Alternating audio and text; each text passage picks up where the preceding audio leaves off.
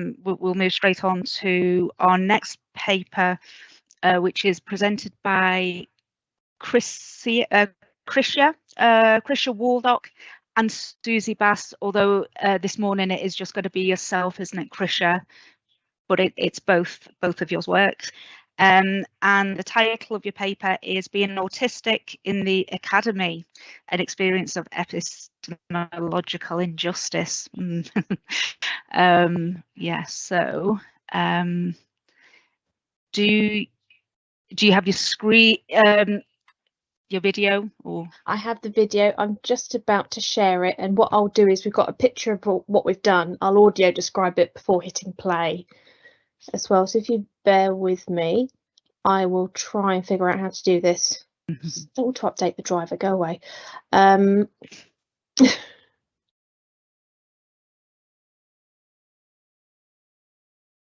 Right, so can everybody see our video?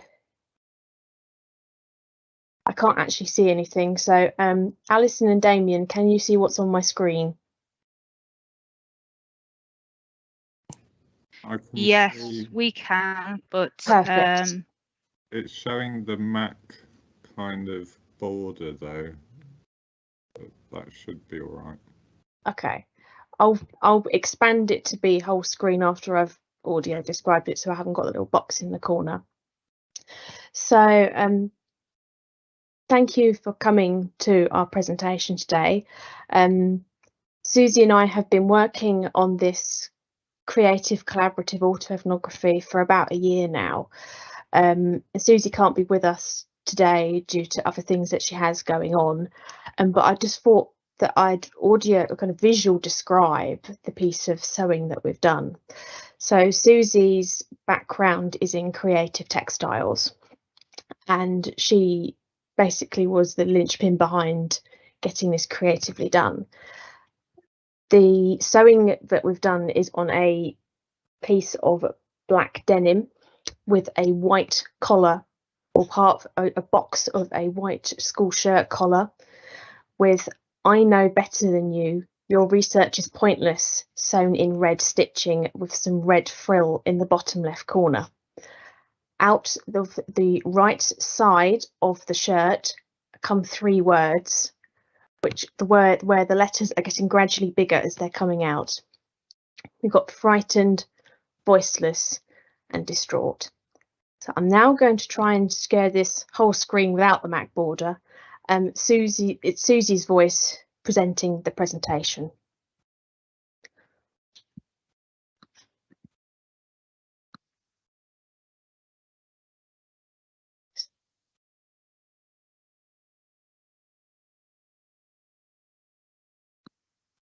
Hi, welcome to our presentation about epistemological injustice, represented as a stitched, collaborative, creative autoethnography.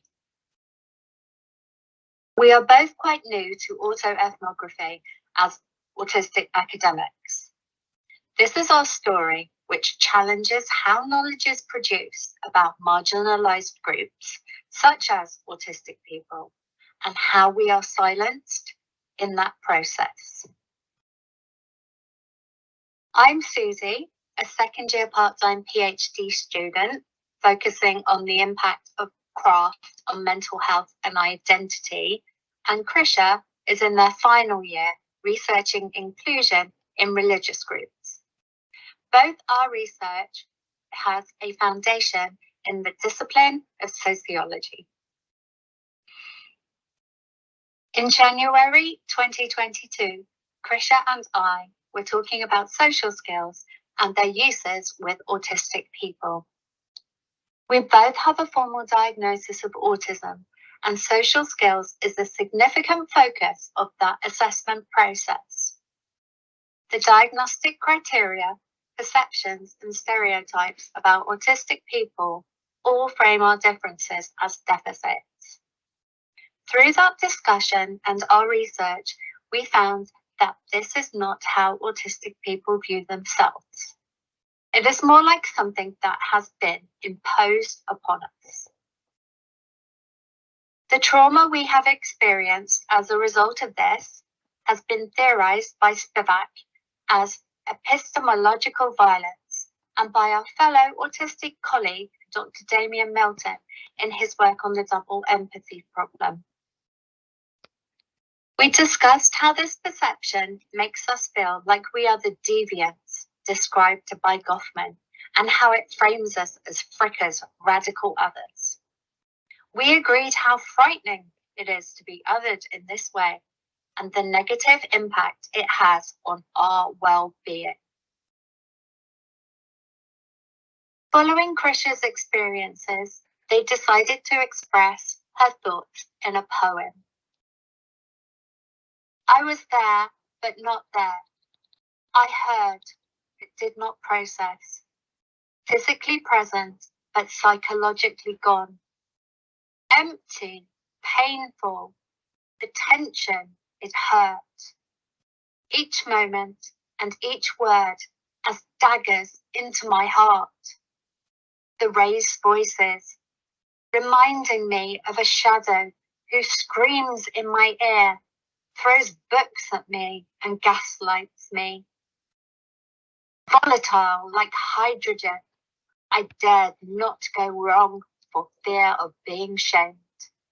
The I know better than you reminded me of another shadow who told me I had no conscience, no empathy, could not respect anyone, and implied I was a psychopath because I'm autistic.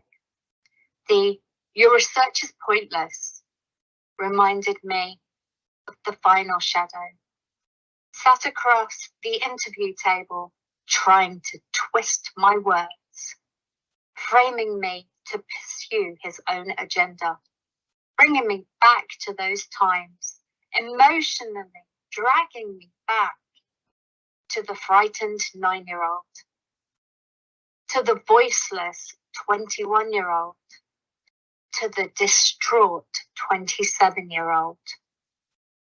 All back in that moment, those three shadows, now part of this data, to journey through with me, messy data, separate, together, tangled. As I learned more about Krysia's story and the three shadows which haunted them, it reminded me how power and social expectations can lead to alienation, othering, and social isolation, all of which are recurrent themes in capitalist society. If you don't follow social conventions and norms, you are excluded from the discussions. Large institutions like universities often have bureaucratic structures and processes which penalise those who find these difficult to follow. The situation reminded me of the work of C. Wright Mills in his book, White Collar, which describes how people are specifically trained to work within these hierarchical structures. By learning and enforcing the rules, and those who are unable or unwilling to do this are considered to be at fault. I wanted to use the white collar of a school shirt, another hierarchical institution, to represent this perception that Krysia had their place within this structure, and if she did not play by the rules, there would be consequences in the harsh words and behaviours she expressed in her poem. I took two of their sentences and stitched them on the shirt. We then worked on the keywords together to represent the shadows of the past, frightened, voiceless, and distraught.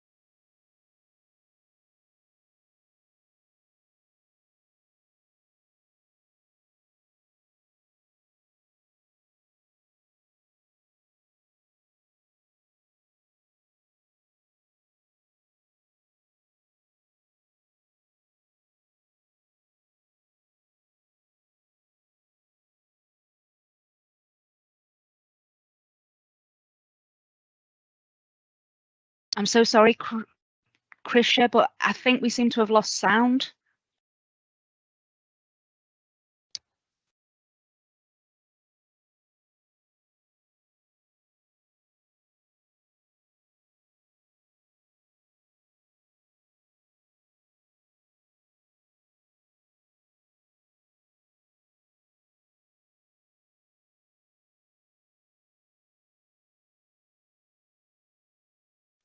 I'll restart it. Okay.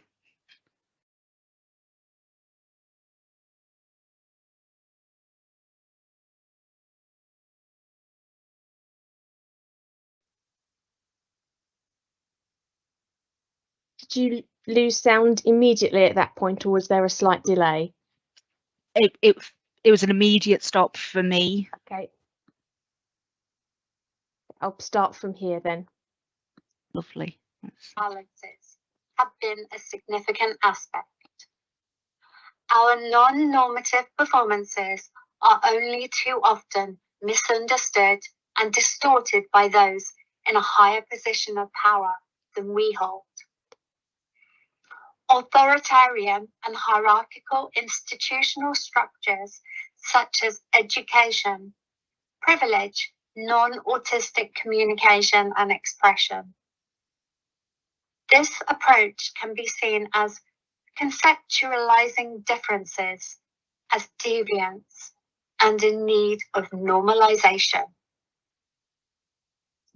I recently met with Krysia so they could add some of the quilting stitches to the block which holds all the layers together.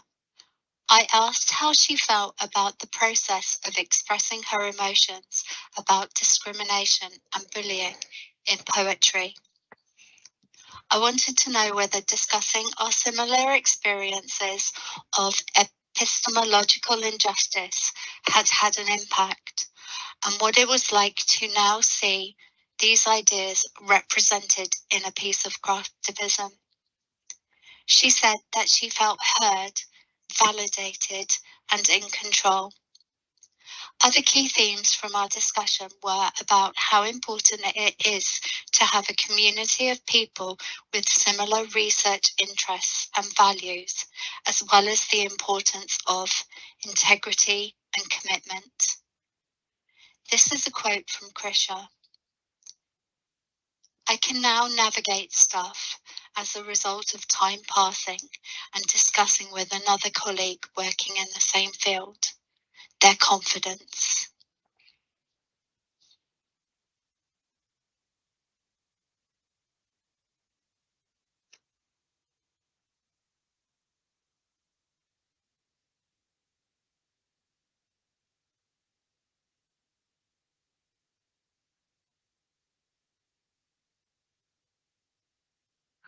I then went back to the quilted block and stitched 3 more key words to reflect how Krysia was feeling now about the experience. Frightened became empowered, voiceless shifted to heard, and distraught transformed to in control. Although we are still experiencing epistemological injustice, we have been able to create an autoethnographical narrative about our experiences. By using creative methods to express these ideas, we have been able to put together this presentation to share with people who want to hear what we have to say. We are no longer silent. Thank you very much for listening to our presentation. If you have any questions or would like to find out more about our research, please do contact us using the details on this slide.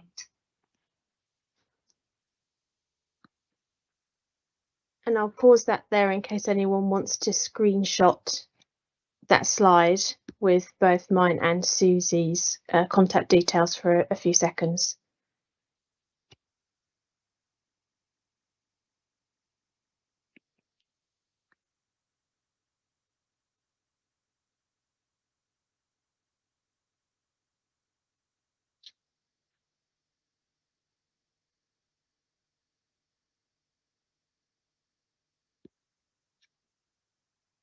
Okay, I'll now take away my YouTube, and that should be the end of our presentation. Thank you so much for listening and journeying through our data with us. Thanks, Krysia. And Krysia, hopefully you can rejoin us for the Q&A after the next talk. Yeah.